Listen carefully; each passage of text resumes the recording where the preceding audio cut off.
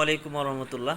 নূর ভাই আজকে চলে যাবে 328-এর একজন অন্যতম সদস্য।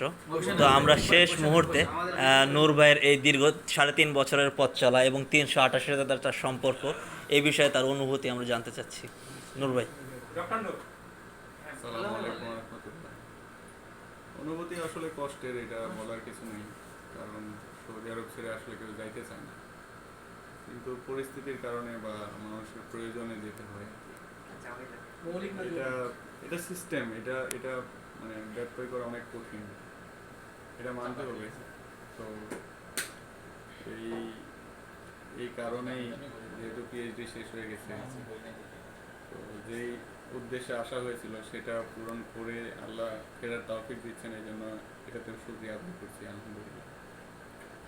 আর একটা ভিতরে তো শূন্যতা কাজ করছে, মক্কা মদিনা ছেড়ে চলে যাচ্ছে, 20 রিয়াল দিয়ে যে উমরা, এটা কাউকে বললে জীবনে বিশ্বাস করানো যাবে না যে 20 রিয়ালে যাওয়া আসা, ভিসার খরচ, জিও, চুল কাটা থেকে শুরু করে সমস্ত কিছু 20 রিয়ালের মধ্যে, এটা আসলে অবিশ্বাস্য। যাই হোক, তো আলহামদুলিল্লাহ সবার কাছে দোয়া চাই যেন সবাই সালামতে পরবর্তী গন্তব্যে পৌঁছাইতে পারি এবং ঠিকঠাক মতো চলতে পারি আর কি। ধন্যবাদ। অসংখ্য অসংখ্য ধন্যবাদ আমাদের প্রিয় ডক্টর নূর মোহাম্মদ ভাইকে।